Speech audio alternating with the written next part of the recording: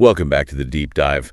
Today, we're opening up a file that's, I'm not going to lie, it's pretty heavy. Oh, yeah, it really is. It's got basically everything you'd expect from a high-stakes political thriller. Mm-hmm. We're talking former presidents, massive allegations. Flight logs. Exactly, secret flight logs, and this huge congressional showdown.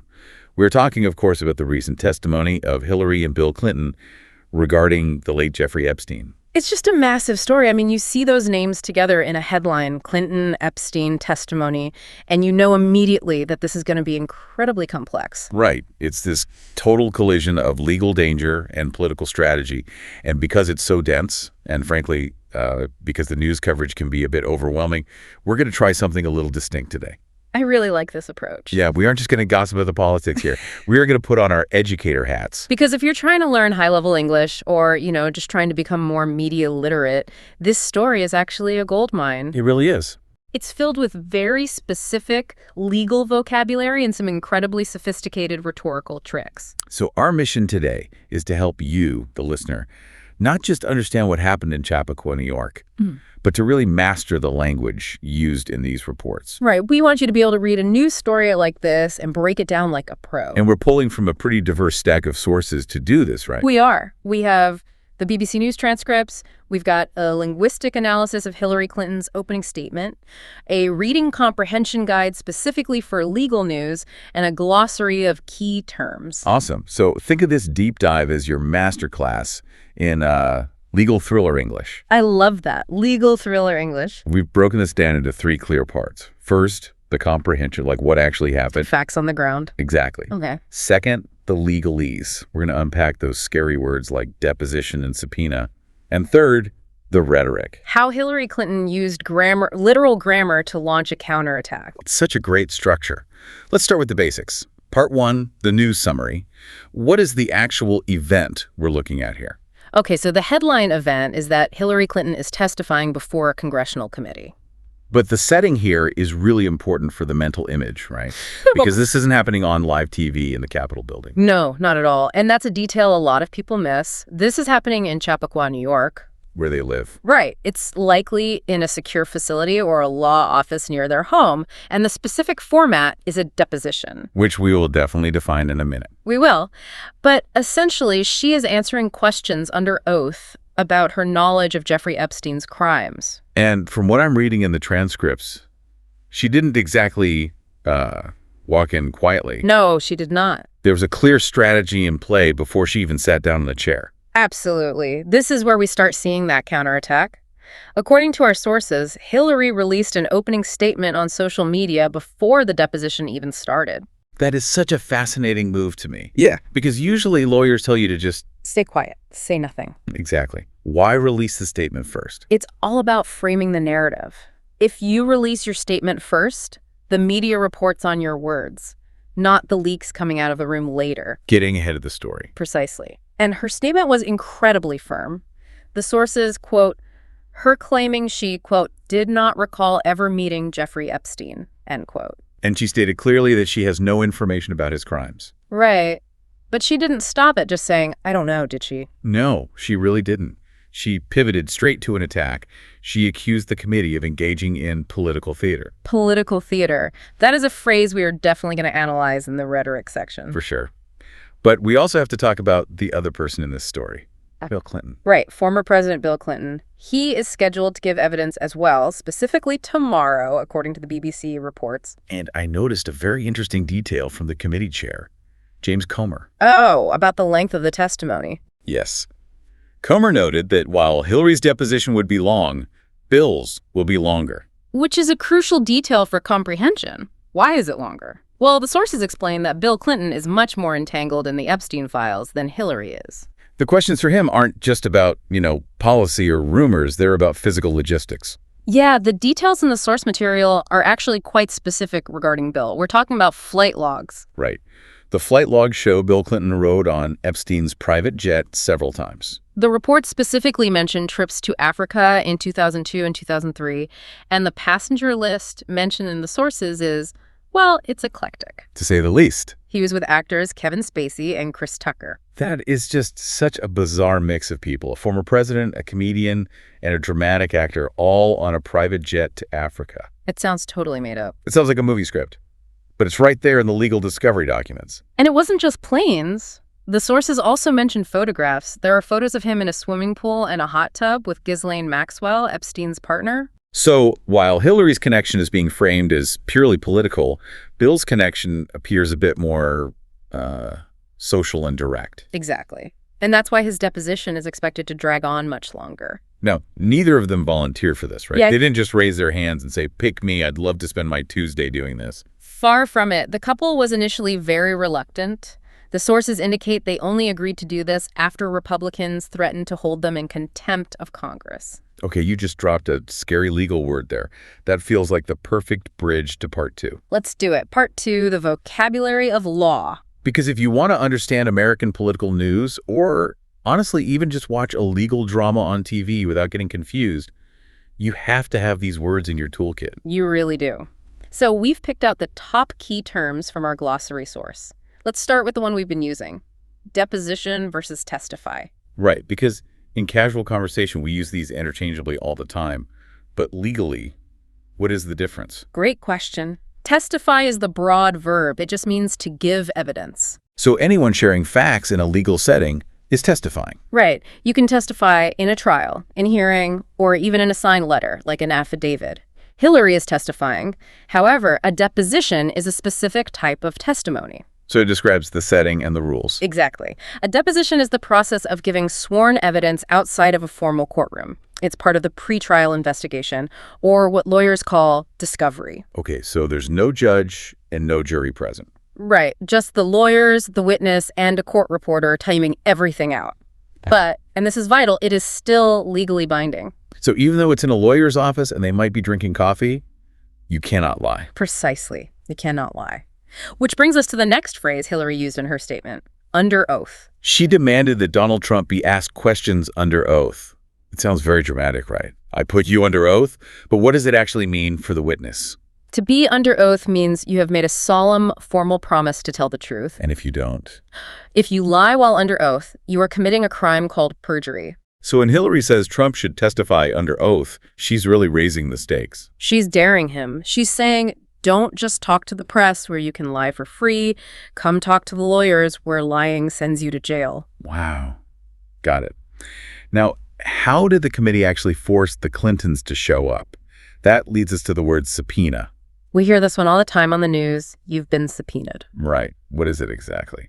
A subpoena is a legal order. It is definitely not an invitation. It is a writ ordering a person to attend a court or produce documents. In our source text, James Comer mentions they subpoenaed the documents for the estate. Right, which means they legally forced the release of those papers. The owners had no choice. And if you just ignore a subpoena, like you can't just throw it in the trash like junk mail, right? You definitely cannot. That leads to the threat we mentioned earlier, contempt. Contempt of Congress. Yeah. You know, it sounds so emotional, like, I have contempt for you. I dislike you. It does sound like a feeling, doesn't it? But legally, contempt is an act. An act of defiance. Yes. It means the offense of being disobedient to a legislative body or a court. So when the Republicans threatened to hold the Clintons in contempt, they were basically saying, if you don't show up, you are breaking the law. Exactly. You will be punished for disobedience. Okay, one last big one from the list. Prosecute. James Comer admitted, and I quote, "We can't prosecute anyone." That seems like a pretty big admission for the guy running the investigation. It is, and it's a really important distinction for our listeners to understand. To prosecute means to take legal action against someone. Usually to charge them with a crime in a criminal court. Right, but Congress is not a court. So they can investigate, but they can't punish. Exactly. They can expose facts, they can write reports, and they can refer people to the Department of Justice. Ah, so the DOJ does the prosecuting. Right. James Comer is admitting that his committee cannot send anyone to jail directly. They can only seek transparency. That makes a lot of sense. So just to recap the toolkit we've built so far, we have a committee holding a hearing. They use a subpoena to force a deposition. The witness must testify under oath or face contempt. And ultimately, only the courts can prosecute. You sound like a lawyer already, or at least like someone who watches a lot of Law and Order. Hey, I will take it. Okay, let's move to part 3. Rhetorical analysis. This is what I'm honestly most excited about. Me too. This is where we stop looking at what she said and start looking at how she said it. Because the sources describe Hillary's statement as a real takedown and say she came out fighting. But how do you do that with just grammar? Well, it wasn't defensive. It was incredibly offensive. Let's look at the tone first. How would you describe it based on the linguistic analysis? The analysis describes her tone as dismissive and mocking. Right. She isn't acting like a scared suspect. She's acting like a bored superior who is dealing with annoying children. And the key phrase she used to establish that tone was political theater. That is such a powerful metaphor. By calling it theater, she is framing the entire event. She's implying that the hearing is fake. It's scripted. Exactly. It's performance art, not a genuine search for truth. She is delegitimizing the entire process with just 2 words. But she didn't stop at metaphors. She actually used grammar to attack. This is a great lesson for advanced English learners. The conditional sentence. Yes. Specifically, the second conditional. Let's look at this quote from her statement. If they were serious, they wouldn't rely on President Trump in press gaggles. If they were serious, notice the verb tense there. If they were. Right. We use this structure for hypothetical or unreal situations in the present. So by using this structure, she is strongly implying that they're not serious. It's a grammatical way of calling them liars without actually saying you are liars. She's saying, in a hypothetical world where you are serious, you would do X. But you aren't doing X, therefore. Therefore, you're not serious. It's so subtle, but so sharp. If you were actually doing your job, you would do this. Implication, you aren't doing your job. And she follows it up with another grammatical weapon, comparatives. Oh, right. She talks about Trump being named far more in the files. The exact quote is that Trump is named far more in the Epstein files than she is or her husband. She is using a comparative structure here to shift the focus. She isn't just denying her own involvement, she is measuring it against her opponents. Which really highlights the hypocrisy of the committee, right? It forces the listener to compare.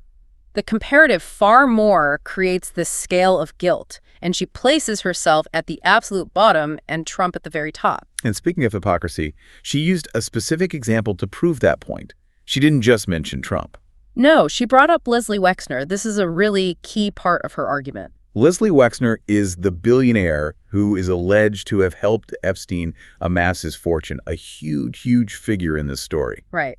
But when he was deposed, The Republicans didn't show up. They were completely absent, yet for Hillary, they all showed up in full force. So she's using that contrast to prove her point that this is, going back to the metaphor, political theater. It's brilliant. She uses the if clause to question their motives, the comparative far more to deflect the heat, and the Wexner example to prove the theater metaphor. It is a literal masterclass in political rhetoric. It really is. I mean, regardless of what you think of her politics from a language perspective, it is a very disciplined, very calculated use of English. She is using grammar as a shield and a sword. But to fully understand this, we have to look at the other side. Right. We can't just listen to Hillary. We have to impartially look at all the sources. Exactly. Let's move to part 4, the political context. We need to read between the lines of what the other people in the room are saying. We have 2 main other voices here in the coverage. James Comer, the Republican chair, and Robert Garcia, the ranking Democrat on the committee. And they are essentially playing tug-of-war with the narrative. Let's start with Comer. He's the one running the show. He knows Hillary is calling this theater. How does he counter that? Well, he's anticipating that accusation. He explicitly told reporters this is not a political witch hunt. Witch hunt. Another great idiom for our learners, meaning an unfair, targeted investigation. Right. His rhetorical strategy is to stick to high-ground keywords. His stated keywords are transparency and accountability. He argues that the government failed the victims, and his goal is to find out how Epstein got so close to so many powerful people. So he frames it as a systemic investigation. I'm not chasing Clintons, I'm chasing the truth about the system. Exactly. And then you have Robert Garcia, the Democrat. His rhetorical strategy is fascinating because he actually welcomes the testimony. He says, we want to talk to anyone. He emphasizes that it doesn't matter if you're a Democrat or a Republican. He's trying to neutralize the partisan attack. He's saying, sure, bring the Clintons in, but bring everyone else in too. Let's look at the whole picture. He's pivoting back to the broader investigation. And honestly, when you look at the network list provided in our sources, you see why this is so incredibly complicated. It really is a web. It is. You have Ghislaine Maxwell, Epstein's partner, attending Chelsea Clinton's wedding. You have Bill Clinton on the jet with actors. You have Trump named in the files. It's this messy mix of social circles, Hollywood, and Washington politics. And that sheer complexity brings us back to one final legal phrase, the famous I do not recall. Ah, yes. The most common phrase in Washington, D.C. You know, we hear I do not recall, and we often just think, oh, they're lying. How could you possibly forget? But is there a reason lawyers tell them to use that specific phrase? There is a very good reason. In a web this complex, spanning 20 years, I do not recall, is a legal shield. How so? If you say, I never met him, and then a photo surfaces of you at a party in 2002 that you genuinely forgot about. You've just committed perjury. Right. Because you were under oath. Exactly. But if you say, I do not recall meeting him, you are protected. Because it's a statement about your memory, not a statement of absolute fact. Right. It feels really unsatisfying to the public, but in a deposition, safety is the priority. Saying, I do not recall protects you from accidental lying. Wow. We have covered a massive amount of ground today. Let's try to distill this down for our listeners. We really have. We started with the event itself, the high-drama deposition of the Clintons in Chappaqua. We broke down the legalese. Words like deposition, subpoena, under oath, and contempt. And we spent a lot of time decoding the rhetoric. We learned how Hillary used the if clause to be sarcastic, if they were serious. And comparatives to deflect blame. Far more. And we saw how she used the metaphor of political theater to frame the entire day as a waste of time. It's a huge reminder that language is never neutral, especially in politics. Yeah. Every single word choice is a calculation. And that's really the big takeaway here. So here's my challenge to you, the listener. The next time you read a news statement or watch a press conference, don't just look at the facts, look at the grammar. Ask yourself, is the speaker using an if clause to subtly attack their opponent? Are they using a metaphor like theater or witch hunt to frame the narrative before you even have a chance to think about it? And pay attention to those legal terms. Are they prosecuting or just investigating? Are they testifying or giving a deposition? These details change the entire meaning of the story. Absolutely. Being media literate means being language literate. You have to read the code to understand the game. Well said. That's all for today's deep dive into the language of the Clinton testimony. Go out there, read some news, and spot those conditionals. Thanks for listening. See you next time. 喜欢这种学习方式，欢迎订阅我的频道，让我们一起用下一个10分钟，把商业英文变简单。